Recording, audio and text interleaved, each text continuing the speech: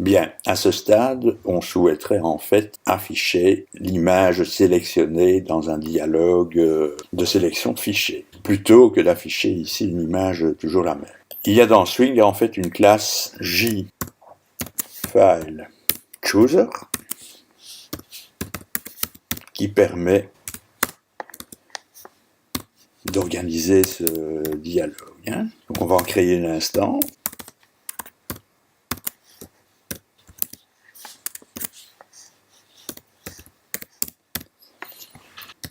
Mais il y a un constructeur sans paramètres et a priori nous allons utiliser celui-là. Donc je vérifie que ça se compile.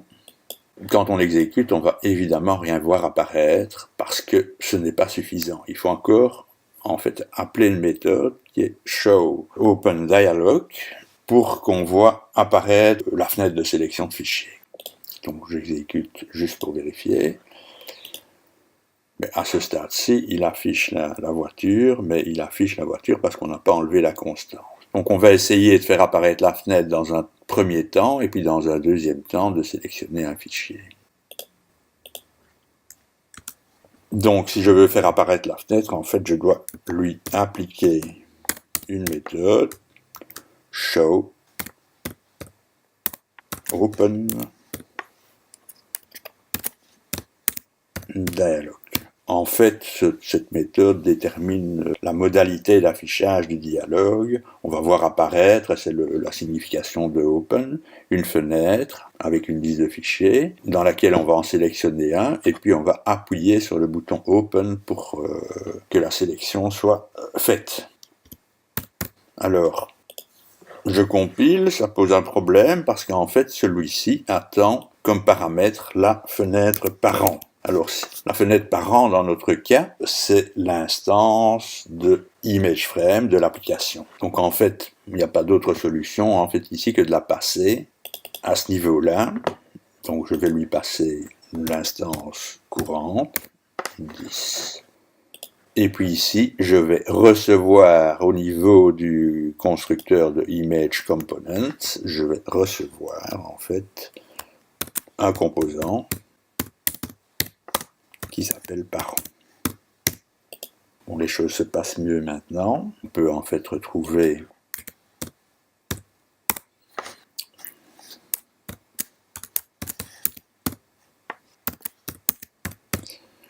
le type de ce paramètre. Voilà la méthode.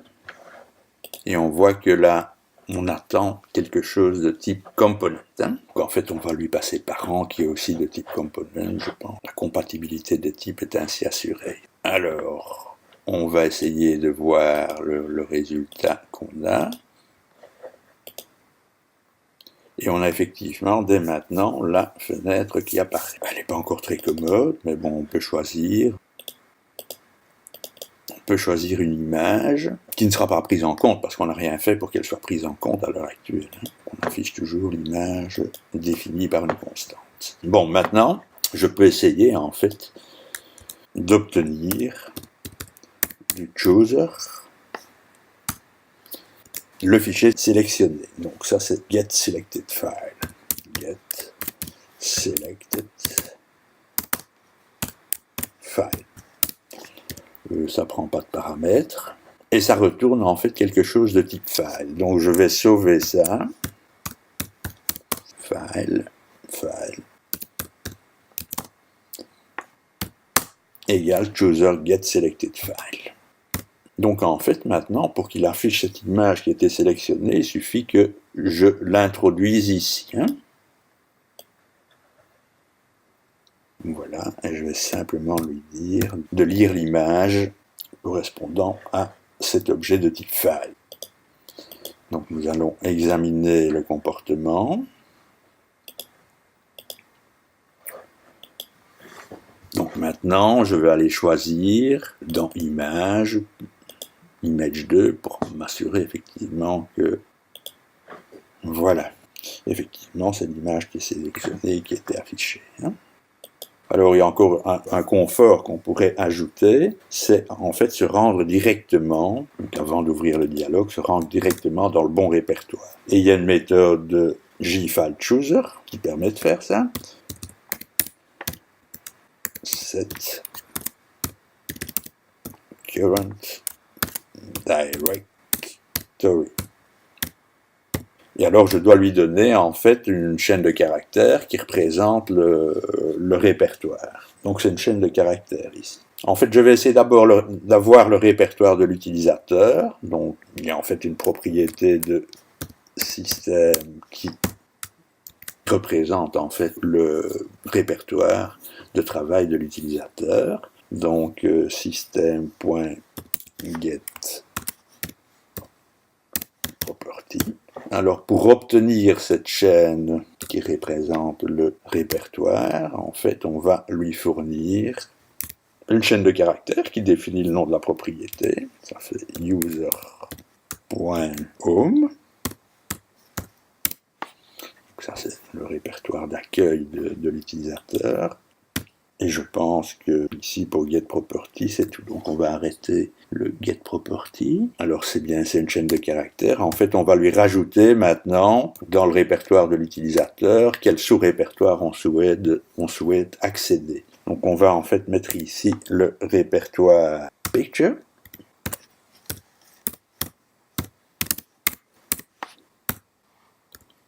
Et là je crois que j'ai terminé. Bon, je pense qu'il y a une parenthèse en trop. Toujours essayer comme ça. Celle-ci ferme effectivement la première, c'est parfait. Donc en fait, ici c'est une erreur. Donc cette current directory attend un objet de type file. Donc je vais lui créer sur place un new file de tout ça. Et effectivement, la compilation est correcte. Alors je pourrais vérifier les effets de la dernière transformation. Et vous voyez que dans ce cas-ci, on arrive directement dans le répertoire image ou picture en anglais, quoi.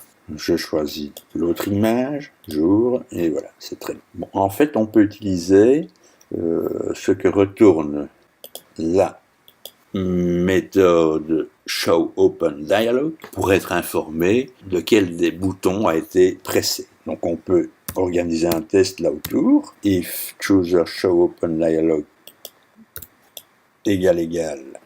Et alors en fait, on a des constantes qui sont définies à comparer en fait avec la valeur de retour pour savoir si c'est le cancel button qui était pressé ou bien si c'est un autre. Donc ici, je vais vérifier.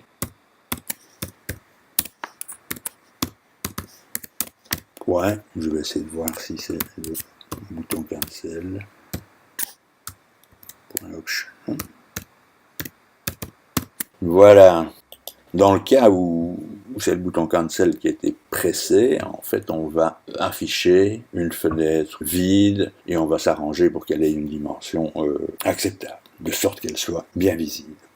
Alors, dans le cas où, effectivement, on a pressé ce bouton cancel, on peut fixer la taille de la même manière que c'était fait ici. Donc c'est un set prefer size, sauf qu'on va avoir des constants.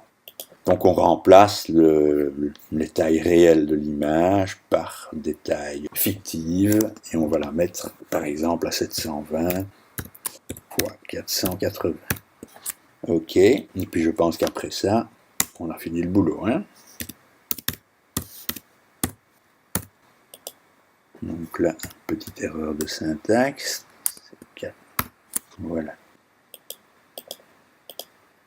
Ok, donc maintenant, on devrait avoir un comportement acceptable pour annuler, donc une grande fenêtre vide. C'est ce qu'on obtient effectivement.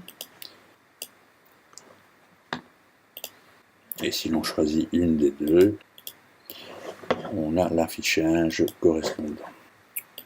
Bon, il me reste encore un petit confort que je peux ajouter à ce dialogue, c'est de filtrer les fichiers qui ne sont pas adéquats, qui n'ont pas l'extension adéquate.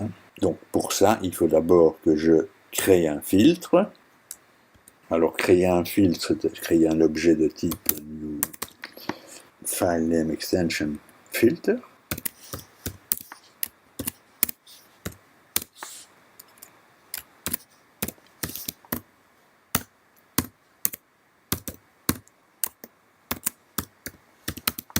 je vais en fait, bon, a priori je pense qu'il n'y a pas de paramètres, et je vais sauver le filtre dans une variable.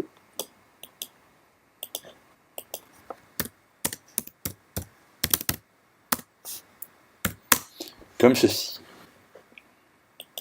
Oui, il ne connaît pas la classe, donc il y a sans doute un import à faire. Donc l'import, on va aller voir le nom de la classe. Donc on va chercher ici file.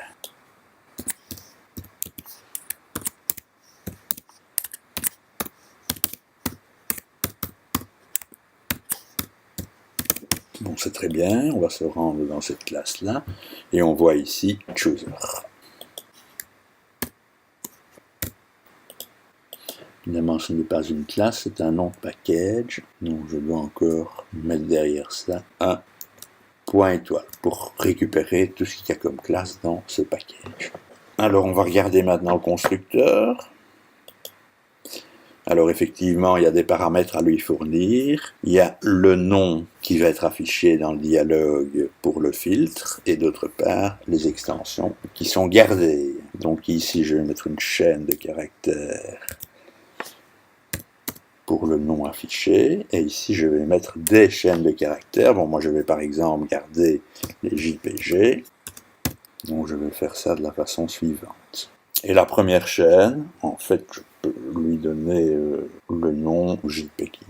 Donc ça, ce sera le nom du filtre, hein, qui est donné à des fins de sélection. Voilà. Donc je pense que comme ça, ça doit aller. Je compile. Oui. Alors, bon, j'ai construit un filtre. Il faut encore que je l'accroche à un chooser. Donc, chooser, point. Disent que ce filtre est opérationnel sur Chooser. Set file filter. Et en paramètre, le filtre accroché. On vérifie. Oui, ok. Ça se compile. On l'exécute.